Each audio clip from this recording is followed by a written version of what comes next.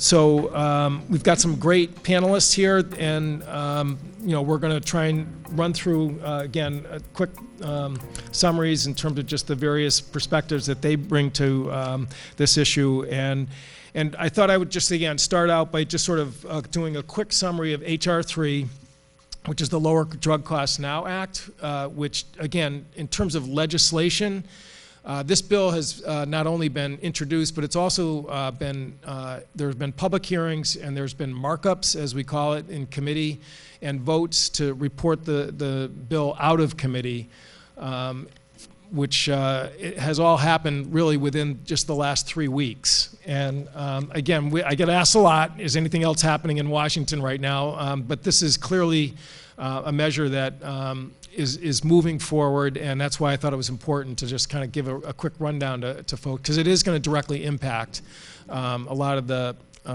people that participate here at the Groton Senior Center. Again, I want to first of all thank Mary Jo Riley for hosting this here today at the center. We come here on a fairly regular basis. This is an outstanding senior center. There are many in Eastern Connecticut, the 64 towns, but I, again, just think that herself and her team do great work in terms of obviously providing all the services, but also the information for folks, and this morning is certainly another example of that. So H.R. 3, which is the Lower Drug Costs Now Act, as I said, has been reported out of the Education and Labor Committee, which I sit on, the Energy and Commerce Committee, and the Ways and Means Committee, all of which have sort of jurisdiction over healthcare issues, is a bill that I think is definitely very much responding to the public's very loud message that what's happening in terms of drug prices is just unacceptable and has to be addressed. If you look at the exit polls from last year's 2018 election, which was the largest voter turnout in a midterm since 1914, the exit polls listed healthcare costs, and particularly prescription drug costs, as the #1 issue that they were looking for action in Washington, D.C., and appropriately so. So we've got some slides here, which hopefully we can go to the next slide, okay. Emma's gonna, do the click here. And again, this is not gonna be death by PowerPoint. I'm gonna do 3 slides, and then we're gonna hand it off to our friends here. So first slide, again, just shows facts which I think most people know intuitively, if not specifically, which is that we pay the highest prices for drugs anywhere in the world. The list price of more than 3,400 drugs just in the first 6 months of 2019 increased by more than 17% from last year. I mean, a stunning figure, which far surpasses any rate of inflation for any other commodity or service. From 2011 to 16, prescription drug spending in the U.S. grew by more than 2.5 times inflation. In Connecticut, and we checked with the insurance department in the state of Connecticut to ask what's the impact in terms of premiums for health insurance overall. It shows that the amount that prescription drugs consume in the average dollar of premium that employers pay or individuals pay has grown from 15% in 2010 to 23% in 2019. 23% of the premium dollar is more than gets spent on doctors, hospitals, medical equipment, any other component of healthcare services is less now than the 23% that gets consumed to pay for prescription drugs. And again, there was a report released by the House Ways and Means Committee which shows that prescription drug companies charge Americans prices that are roughly, it's on average 3.7 times the cost of identical products in other countries. Next slide. So the Lower Cost Drug Act now does a couple of things which I think are really very significant, and again, lots of input from folks who work on this issue, both in terms of academia as well as stakeholders. And I know we have folks here who are real life individuals that have to deal with this challenge. Number one, it directs the Secretary of Health and Human Services to negotiate the price of up to 300 prescription drugs, which again is now prohibited by law. There is back in 2000. And 5, the Medicare Part D law actually has what's called the non-interference clause, which by law prohibits the government from negotiating better prices for prescription drugs. That is not the case in the Veterans Administration. The VA negotiates prices. As many of you know, we obviously have a high veterans concentration here, and as a result, the amount of money that the VA pays for prescription drugs is far less by unit cost than Medicare. Medicare, by the way, would be the largest negotiating pool of any health program in the U.S. and frankly most of the world. Okay, so we're basically conceding a lot of leverage in terms of trying to basically get a better price. And as we all know, if you shop at Costco or Sam's or whatever, buying in bulk always gives you better prices. Charging drug manufacturers, so that's number 1. Number 2, it charges a rebate if they increase the price of their drugs faster than inflation. Number 3, and this is obviously a very significant one for seniors, which it caps the out-of-pocket costs for seniors on Medicare Part D at $2,000. So if you're on Medicare Part D today, and even with closing the donut hole, if you are taking an expensive medication, we know, and Judy and others who deal with patients pay a lot more than $2,000 in terms of out-of-pocket costs. I was talking to a retired teacher from Killingly the other day. She has an AFib condition. She takes very expensive medication. She's on Medicare Part D. She pays $13,000 a year out of pocket because of the fact that there's no cap now on Medicare Part D for the co-payments. And if you have a very expensive drug, those co-payments go through the roof like her. I don't know how she balances it because her teacher's pension barely covers the same amount. And lastly, the bill was scored by the Congressional Budget Office. That's the scorekeeper in Washington, and they determined that in terms of the savings to Medicare Part D alone, and again, the Medicare pays for Part B drugs, it pays, and there's other savings which they still haven't calculated because they're trying to get the numbers straight. But just in Part D alone, it's a $350 billion savings over 10 years.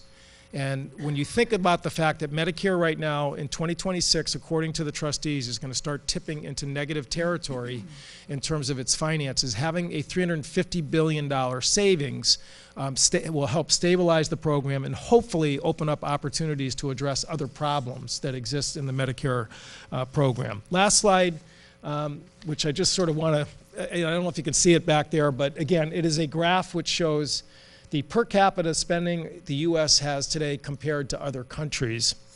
And again, it kind of starkly shows the fact that that line, the red line on the top, is we're number 1, which is kind of a unhappy position to be in. Again, it's about $1,200 per capita. That's every man, woman, and child in America, and a lot of them don't take medication at all.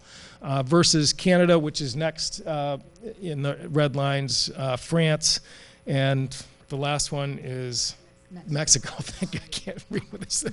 And there's little gray lines that are all the other countries there. So again, we're in a situation, we're an outlier that, as I said, when people were showing up at the polls in 2018, and this was bipartisan, there was no party line thing about prescription drug costs. This cuts across everybody's districts, and that's why I think H.R. 3 has been introduced and is moving forward the way it has. An organization which has been very active in terms of getting communication and dialogue out there in Connecticut in this part of the state is AARP. Some of you may be members of AARP. Nora Duncan is to my left, who is the state director.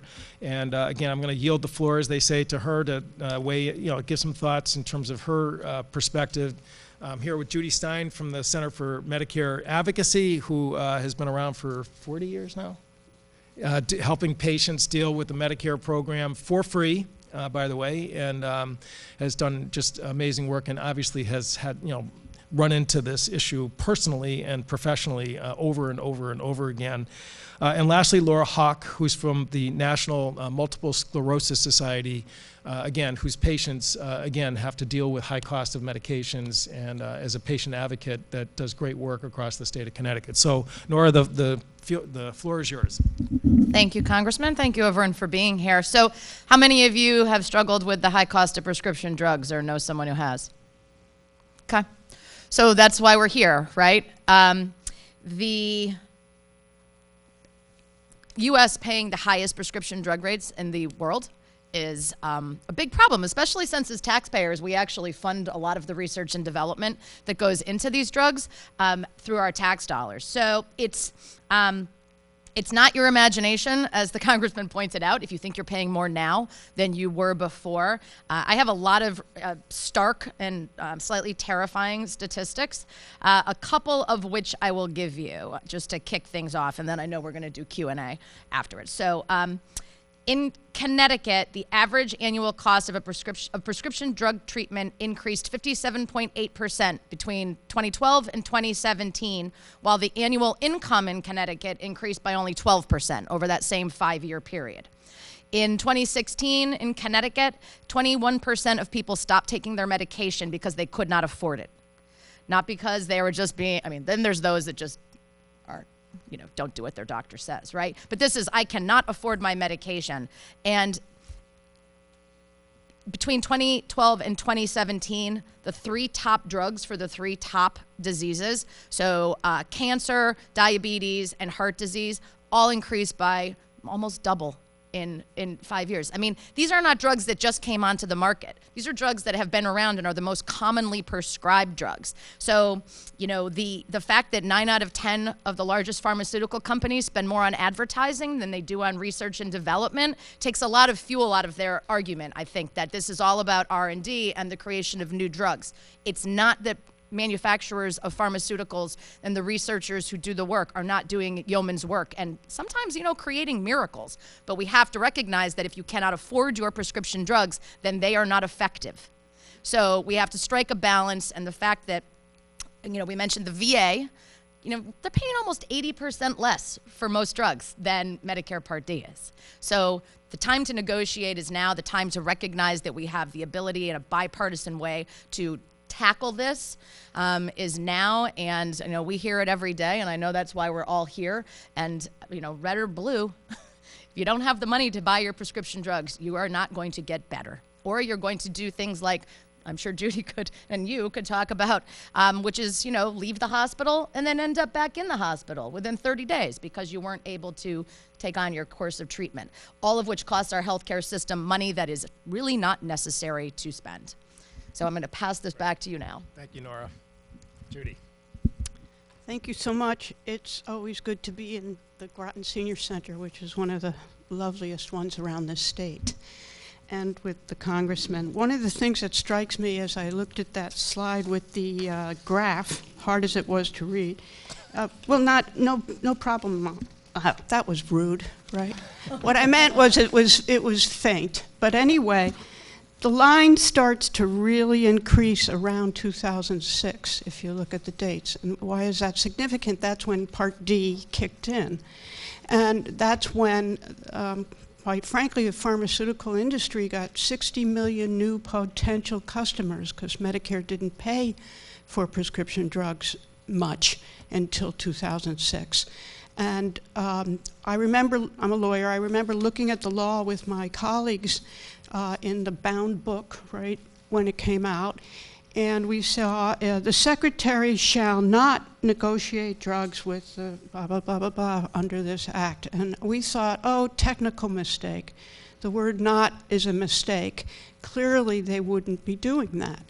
But indeed, as the Congressman said, it prohibits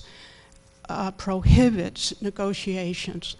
And that has led to that what one would think, which is the upward movement of that red line to increasing costs. And when Medicare is often the lead in what happens in healthcare and insurance, when Medicare public dollars pay those increasing costs, then most people on private insurance start to see those increases happening as well. So this affects most Americans, and we should be in much more the mode of the Veterans Administration, as the Congressman said.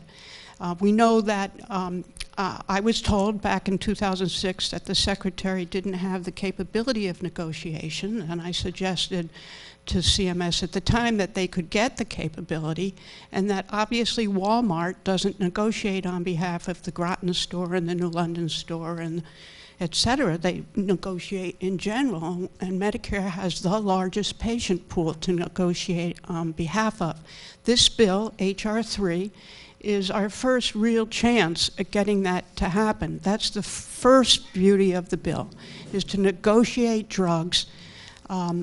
I think it's 300 in this go-round, very important drugs that would be negotiated. And as the Congressman said, that would save us, the estimate is, and I say us because this is all paid by us, $345 billion over 10 years. That's a lot of money. I remember when we were calling for this 10 years ago, they were suggesting that it would be $150 billion over 10 years. So it's a lot of money. And so the first two messages are, this is a wonderful bill because it gets rid of the famous not. It will require negotiations. Number two, it will save $345 billion.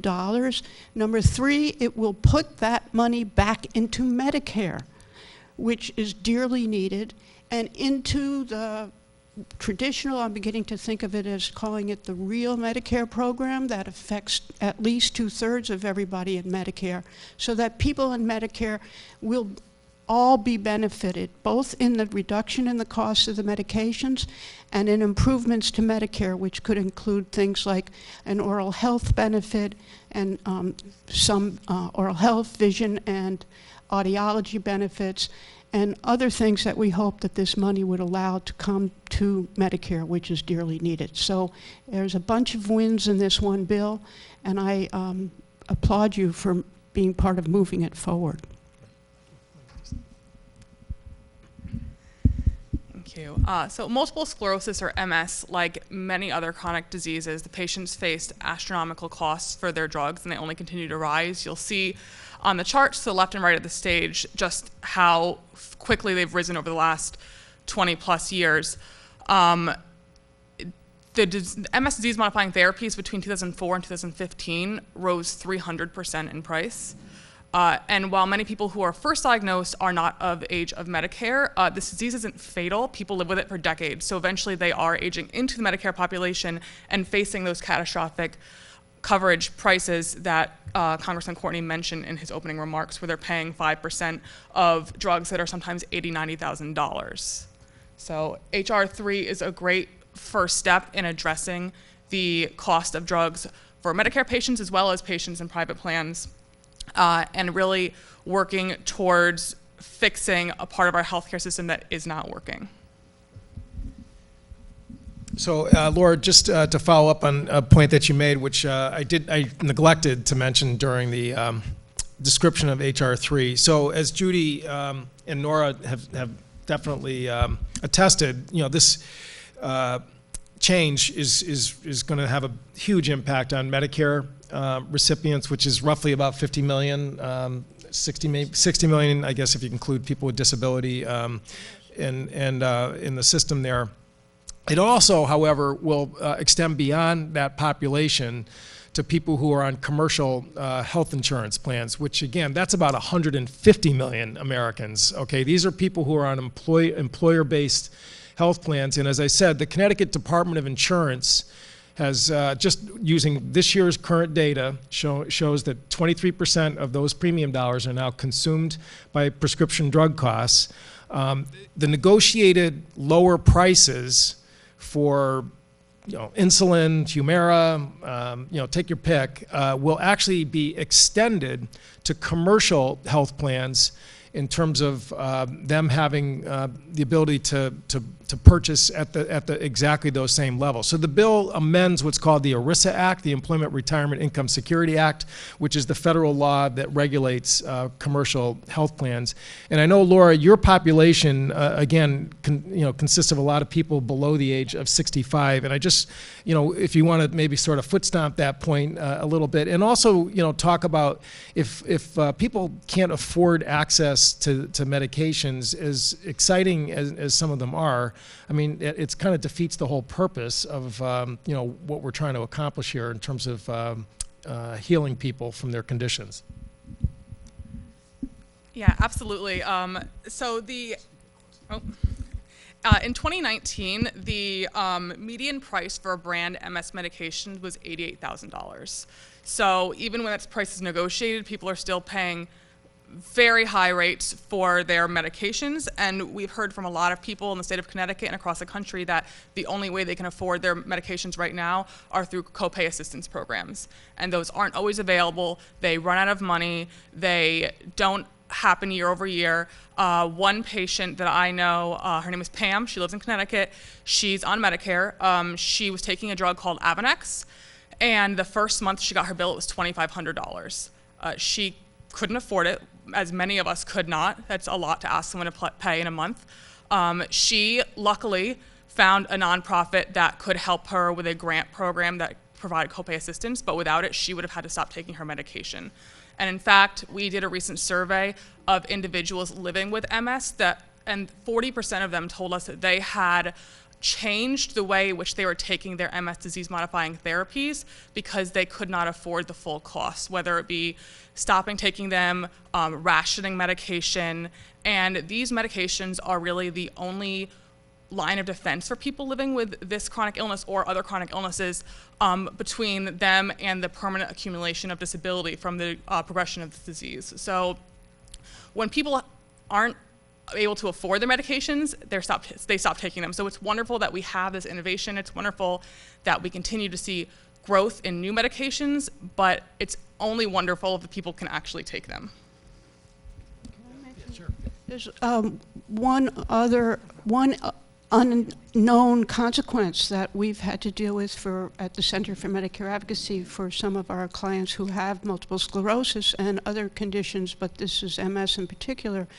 They can sometimes, if they need a nursing home stay, a skilled nursing facility stay, they have problems getting admitted because the nursing homes don't want to be responsible for the cost of those drugs, and they are under the way they're paid. And so people have problems not only taking the medication, but also getting other necessary levels of care because of the cost of the medications. So it's an extremely important point. Did you want to? Yes. Yes. I'm searching for my prop, which I just thought of, which is my EpiPen. Because we've been going around, it makes me think of it, we've been going around the state as AARP. The Congressman just mentioned it because one of his great staffers stopped by a Norwich event we had recently, but we've been having happy hours around the state because sometimes you need to have a cocktail to be able to digest this information. But we've been asking people to tell their stories because when you have a story about what it means when you can't afford your medication, it's much more powerful than letting pharma own the dialogue. So collecting these stories and hearing from real people is very important to us. So, when I get asked questions about, what's the impact, I like to go to my numbers because they're terrifying. But also, we've heard from a woman in Danbury, for instance, who needs a specific medication to protect her remaining kidney. And it's over $1,000 a month, and she simply does not have $1,000 a month. The EpiPen conversation comes up time and time and time again from grandparents, from parents. Like I said, my purse is a little full. It was hard to dig out my prop. But, I will die if I'm exposed to shellfish and I don't have an EpiPen. It's pretty hard to eat in, for instance, Groton without being near shellfish if you want to go to a restaurant, right? We've had people tell us about, they chose a high deductible healthcare plan because it's all they could afford, and then they're diagnosed with something mid-year, and now they barely can afford their deductible, and they certainly, can't afford the medication. And, this, like I said, is really important to tell your story, but I'll let the numbers speak for themselves. You know, if 21% of Connecticut residents had to stop taking their medications because they couldn't afford them, I'll tell you that over the last few years, the same time frame we've been talking about, the extra dollars in Medicare alone that were spent, paid for by taxpayers, paid for by Medicare recipients, on medications that exceed the general inflation rate, okay? So we talked about the inflation, but it's about $110 billion spent in what wouldn't have to been spent if we had just seen prices increase at the general rate of inflation. But $110 billion is groceries for 25 million American families in a year. So we're talking about 25 million families who may be choosing between their medications and groceries. And, you know, or we could pay for 9 million American students to go to college. You know, but instead what we're doing is paying excessive rates over inflation that make no sense in any world where we talk about research and development, when we talk about CEO pay scales, when we talk about all these items. So, you know, there's real people stories, and then there's the numbers, and they're both pretty terrifying. And yep, and it's time to make these changes like HR 3 does. Thank you. So again, we don't want to filibuster up here, and and we have a hard stop at 11 o'clock. So at this point, again, we want to open it up to folks in the room that may have questions. Yes, sir. Yeah, go ahead. Yeah. Hold on one sec. Let's get the mic. Yeah.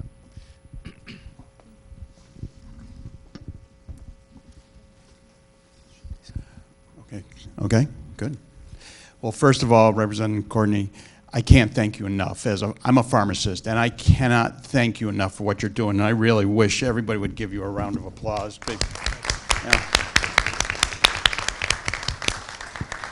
This is phenomenal, but this is a portion of the problem, okay? And we've got to all understand that right now, okay? Because there should be a few thousand people in this room right now, okay? Because drug pricing is absolutely out of this world, ridiculous. But also, the access, the other side of the story is the PBMs, okay? Our health insurers that allow these PBMs to control our health care costs. Because remember, they're making money off of this too. So when we talk about the executives that make the EpiPen, we had the executive at a Caremark plan or an Optum plan, or you pick the Express Scripts plan, and they're making big money on the fact that drugs can be costly.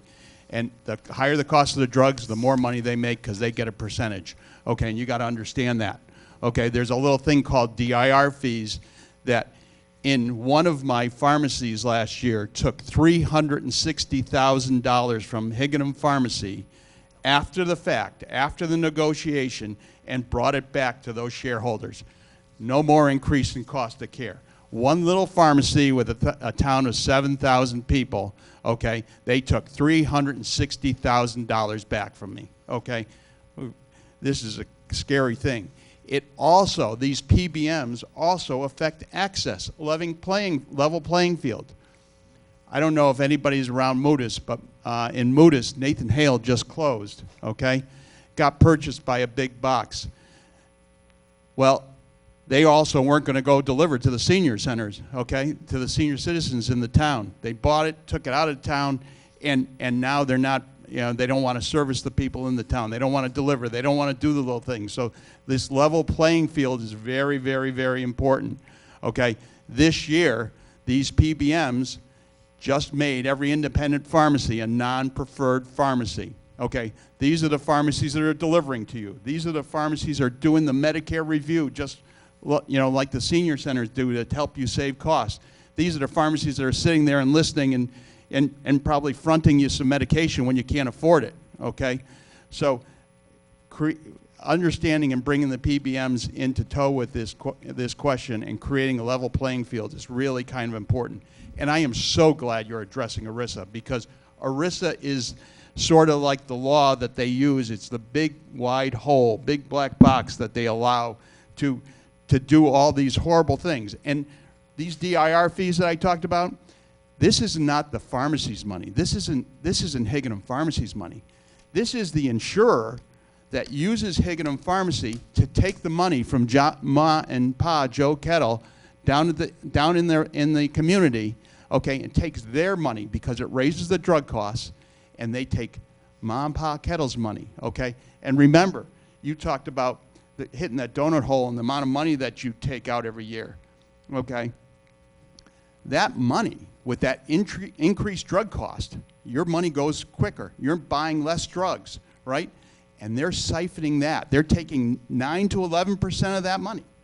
This is real, 9 to 11% of that money. So you talk about an MS drug that's $88,000, and the PBM, the insurance company, not the pharma, you know, the PBM is taking $8,000 back from the pharmacy after they dispense it, after the fact. And what we don't even realize is this insurance company, these PBMs that work for the insurance company, these PBMs also negotiate those rebate back money after the fact, after you've utilized the drug, okay? So I can't thank you enough, and create a level playing field. Let local pharmacies be involved. Let us help you. And again, you lower the cost for everyone.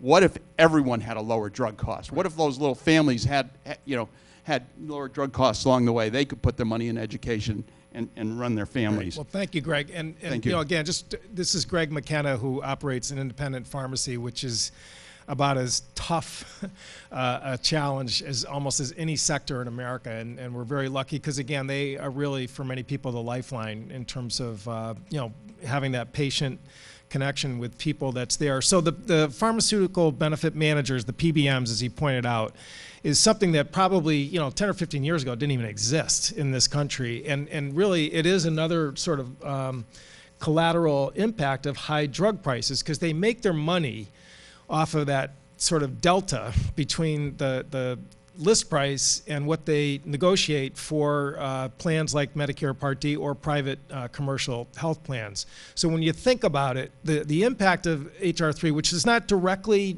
address some of the issues that you read, on the other hand, if it's bringing down the top line of drug costs, and again, the goal is to get it closer to an international price index so that we're in the same ballpark as countries like Canada and UK and France, then that actually reduces the VIG, the percentage, because that's what they make their money off of, is a percentage of the discount. That actually reduces their presence. And again, just to sort of underscore that, they oppose this bill, okay, for obvious reasons because of that. However, we do have more work to do in terms of addressing that issue. And I just wanted to share with Greg and others is that actually last week we passed two measures: the Public Disclosure of Drug Discounts and Real-Time Beneficiary Drug Cost Act, H.R. 2115, which and also the Payment Commission Data Act. These are bipartisan measures aimed specifically at PBMs to basically open that black box, and so that we can see clearer, what's going on here in terms of what are the size of the discounts that they're negotiating, what's the size of their fees. This is stuff they obviously want to protect and avoid disclosing as much as possible. They both passed by voice vote in the House, Republican and Democrats. One of the bills is Buddy Carter from Georgia, a staunch Republican who's a pharmacist, and but again, he's living this, and so again, your point is well taken.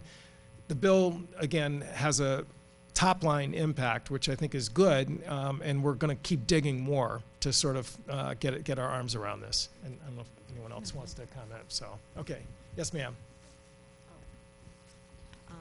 Thank you very much for being here. I appreciate all of you who are advocates for senior citizens and everyone else. I'm just a concerned citizen here, and I want to know what I can do to get this from being an act to being a bill, right? We need to pass this bill. Is that correct? Correct. Okay. So what can the average citizen do? So I get asked that question a lot. Again, as I said, there's bills that just get introduced and people hold press conferences, and then nothing much happens. I mean, again, I want to emphasize this bill has gotten through 3 standing committees in record time. And again, just in the past month of October. And really, the next step in the House is to bring it up for a floor vote, which the Speaker has said it's her goal to get this done before the end of the calendar year. There is a bill in the Senate which is a much more watered down version on this. It has the rebate sort of piece in it, but does not have the price negotiation piece in it. But the fact that, frankly, there's a pulse over there is still a good sign, and really does show the political power of this issue. And by the way, the president, when he campaigned, talked about, we're going to negotiate like crazy with the pharmaceutical companies. I mean, this is something that I think really is in the DNA and the bloodstream of the country right now, which is that this is we're obviously, conceding something that could really help with a smart change in the law. So, the stories that Nora described, you should share them, if anyone has them, with my office, the two senators' office. If you're not from this district, the other member offices. And grab a card before you leave here. Maria Costigan in my office in D.C. can keep giving you updates. We're going to keep tracking this thing, and obviously connect with some of these advocacy groups here, because there's power in numbers. And yeah, sure, yeah. So I really appreciate you asking that question. We have a supportive delegation here in Connecticut, so the answer of call your congressman, well, it's not really that helpful for you, right? But I think what is helpful is getting the message out. And you all have an opportunity to help get the message out so that your fellow citizens understand, and then they're talking about it. So on Thanksgiving, instead of us all having a fist fight over politics, we can agree on something, right? We can all say, yeah, I do think I'm paying too much for prescription drugs. Yes, this is a problem. So I would recommend, there's a lot of data up there that we've all left for you. I would recommend letters to the editor. And I would recommend using social media for good this time of year. When you can share that this is out there and you can share it with your larger world, right? You reach beyond our delegation, which we're going to get yes votes on this from our delegation, into places where maybe there's wavering, so that your friends and your family in other states can help continue to spread this message. Again, you cannot let the pharmaceutical industry and the lobbyists for them own the conversation on this, right? So I'll give you another stat. Pharma spent nearly $169 million in lobbying and more than $6 billion in advertising in 2018. All of our organizations put together don't have remotely that kind of budget. So we have to rely on real people. The 600,000 AARP members in Connecticut, the 38 million AARP members nationwide, all of your delegation, everybody who's on Medicare. So help that way, because we're lucky in Connecticut, but it also sometimes leaves us feeling like, well, what am I supposed to do if I've already got this? And we need others to help.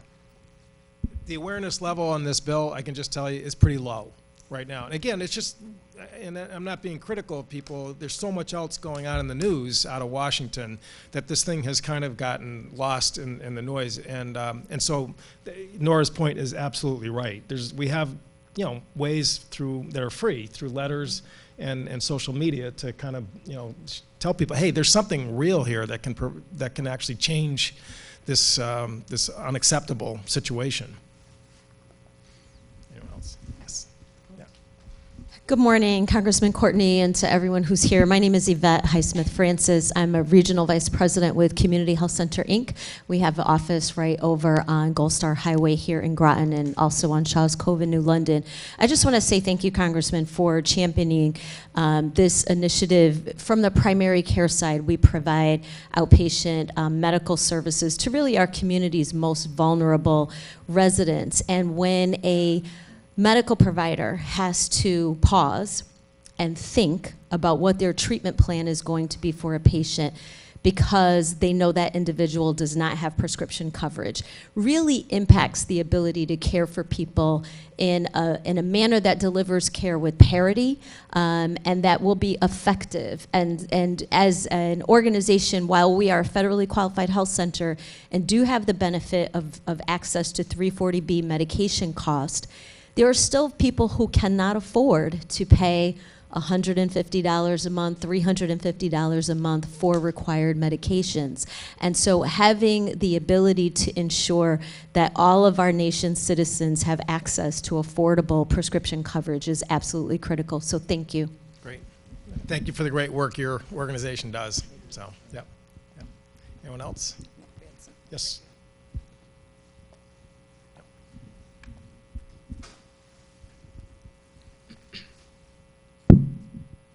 Good morning. I was just curious whether you had any views on whether the Majority Leader of the Senate, Mitch McConnell, will even bring H.R. 3 up to a vote. Well, so, I mean, that question gets asked all the time, whether or not anything can move in the Senate. The, you know, as I said, the fact that Chuck Grassley, who's the chairman of the Senate Finance Committee, which, believe it or not, has jurisdiction over health care, that kind of, you know, surprises people sometimes in terms of the way the rules work there, has been working on at least a rebate bill, which is, you know, part of H.R. 3, shows that even, you know, folks that have been pretty resistant to a lot of other measures that have come out of the House know that this one you have to handle with care. You cannot stonewall the issue of prescription drug costs because it is so widespread in terms of public dissatisfaction that's out there right now. So if you know, you think about a scenario where we pass H.R. 3 out of the House, sometime hopefully, you know, by the end of the year, and Grassley's bill, which got reported out of the Finance Committee, because his members are going to feel pressure to show that they're actually trying to address this issue, and the Democratic ranking member on finance, Ron Wyden from Oregon, has been, you know, he likes our bill better than Grassley's bill, but he also understands, you know, that sometimes you got to sort of get something moving and to engage in a conference committee. I'm not, and by the way, Speaker Pelosi has been talking to the Trump White House about this issue in terms of the development of the bill. So it's tough down there. I don't want to, you know, oversell things, but I would just say that unlike a lot of other issues, you know, like gun violence or you know, a whole other immigration, you know, which are probably pretty stuck in terms of any movement in the Senate. This one, I think, actually is in a different place because of the political power behind it. As I said, red state, blue state doesn't matter. This thing is really impacting people from, you know, every type of political district and jurisdiction. One thought I had to add to Nora's and the Congressman's about what you can do, and also I have to say as an aside, this is like it seems to me the at least 5th time that we've said, you know, talk turkey at Thanksgiving, and this year's theme is, and it's often been prescription drugs. But if you have family from Senator Grassley's state, Iowa, or Senator McConnell's state, Kentucky, you know, think strategically about where you might be able to have a letter to the editor appear, and because maybe you have a cousin in one of their states, in the state of the paper of record. Also, questions for candidates, just so that we could start making sure that this issue and the issues of that Medicare is facing now, people with Medicare are facing now, get asked in all the noise about Medicare for all with the lowercase f or uppercase f. So think about where you have friends and family, support our congresspeople, and also think about as the elections proceed, if you're with candidates, it's a time to talk about this bill, but also the issue that it brings forward, which is the high cost of medications and the gaps in Medicare that need to be fixed.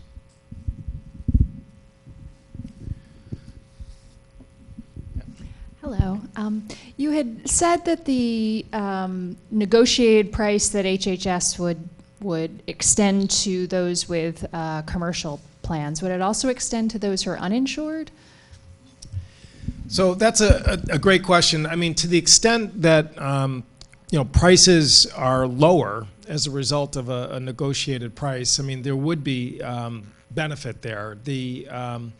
But if you're uninsured, any out-of-pocket is a problem that's there right now. Again, we made some progress in terms of boosting people's ability to enroll in programs, like Medicaid if you're very low income. By the way, the enrollment period is underway right now for the Affordable Care Act year, and Connecticut's premiums actually came in a little lower than I think people expected. So that's all good. And there's still subsidies for people who are above the Medicaid level. But that population, again, it's still going to be a challenge for a lot of folks who don't fit into those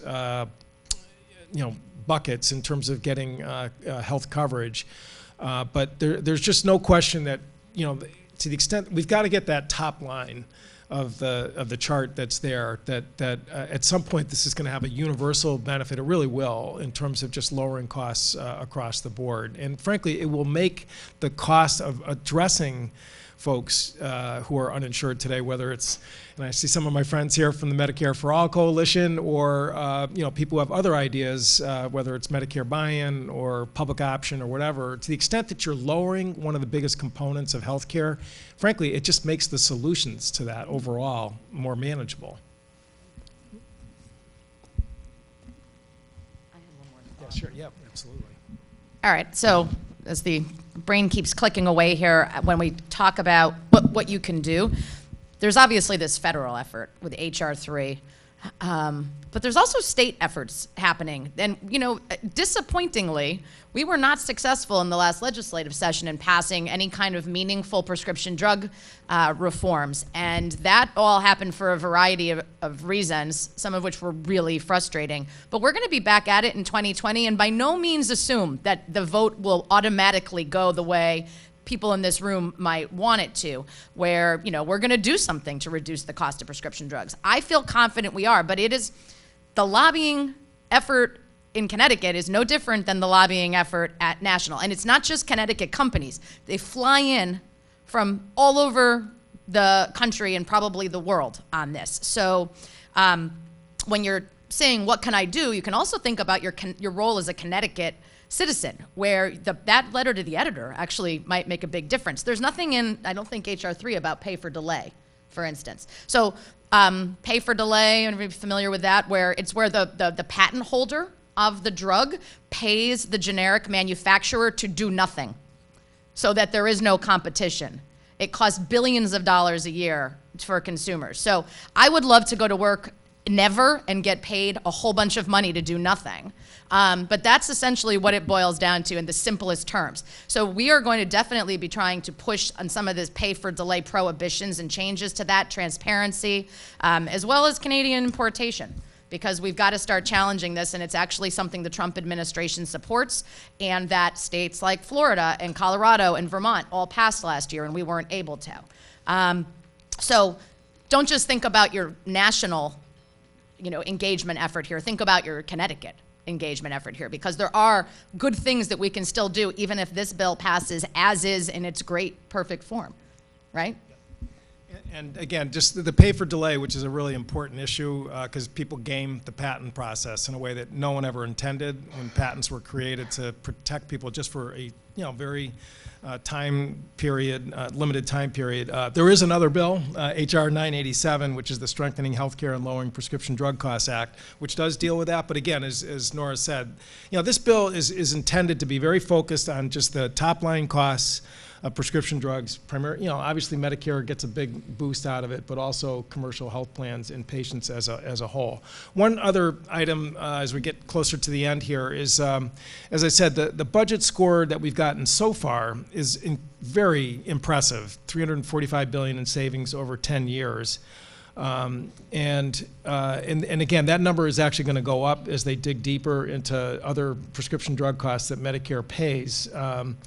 And Judy is somebody who, over the years, has dealt with folks who encounter the gaps that exist in Medicare right now. She mentioned it briefly in her opening remarks. And maybe I just wanted to ask you to sort of talk a little bit more about ways that we can improve Medicare and not spend all the $345 billion, but just these have been long-standing issues that your clients and patients that have come through your door.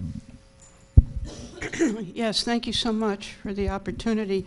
And I'm happy to say that the chairman of our board, Judy Fader from Georgetown, who's a professor at Georgetown, testified in favor of H.R. 3 in Congress and did raise these 4 gaps, not just the Medigap kind of gaps, but gaps in Medicare that you know, we hope are more than just a wish list. I mean, we need to use this money to strengthen Medicare, and not just in some phrase, but in reality for the vast majority of people who want to be in the traditional Medicare program. Most of the recent improvements, small though they are, have occurred for Medicare Advantage, the private plans. And so we need to level the playing field with Medicare, you know, the regular Medicare program. So we saw 4 areas that we hoped the Congress would think about as they think where to put, invest in Medicare as a consequence of having this much overpayment. That's why we have $350 billion, perhaps. One is out-of-pocket costs in traditional Medicare. There is an out-of-pocket cap in Medicare Advantage. It's $6,700 a year, so it's not terribly low, but it exists, and there's no counterpart in Medicare, real Medicare. The bill would have a $2,000 cap on prescription drug, and so that's marvelous. We're very supportive of that, and we hope that soon there would be an out-of-pocket cap included in traditional Medicare, if not now through this vehicle, that it really needs to be thought of. There are specific gaps in coverage in Medicare, and we hope some of those will be looked at, and the bill does anticipate doing some of that. And then I mentioned that oral health care, which the Center for Medicare Advocacy is very active in. The statute has a prohibition against coverage for routine oral health and dental care, but the kind of care that's not routine, that's being denied by Medicare, is really outrageous. And it's sometimes care that people need in order to have surgery, for example, or transplant, or cardiac procedures. The bill would include oral health in Part B, which is great, but it sets a different, I think, a worrisome precedent by having the copay be not the normal Part B copay at 20%, but rather at 50%. And we're afraid if new benefits come into Medicare, they may have increasing cost sharing. Hearing and vision, we do at some point need to tackle the long-term care issue somehow, at least incrementally. But this bill does have some oral, hearing, and vision, and that's wonderful. There's administration biases now that are diminishing access to home health care, even as written in the law. And we hope that Congress will some point think about having a standalone access to a home health aid be covered under Medicare, which people are having more and more trouble accessing now. And this administration is steering people, it's factual, to Medicare Advantage plans and putting more complexity and the possibility of some benefits for some people who enter Medicare Advantage plans. And we hope that we will look to evening the playing field so that it's as easy to enroll in traditional Medicare and Part D as it is to enroll in Medicare Advantage, and that every time something is added to Medicare Advantage, it's added to traditional Medicare. And that could just be a global statement. And just also to invest in the long-term sustainability of the traditional Medicare program. Thank you. Great. Any other questions? Thank you. Okay. So anyway, there's lots of material that we have over at the table, and these are organizations that I think welcome dialogue and input and questions. And as I mentioned earlier, people should not assume that the awareness level on this issue is high, because frankly, it's struggling to compete with a lot of the other news that's out there right now. But I had an event in Lebanon not too long ago where there was absolutely, these were sort of active folks involved in politics and public policy, had absolutely no idea that HR 3 even existed, and I'm talking about 2 or 3 weeks ago. So, I just sort of share that with you that, we need to lift this. At the end of the day, public opinion still is very powerful in terms of, what moves the place, and I think, frankly, once the word gets out on this, public opinion will be very strong, because it's an issue that is just so across the board and so powerful. So, again, thank you to the Groton Senior Center for hosting this. I'll stick around for a little bit, and I want to thank the panelists for being here today.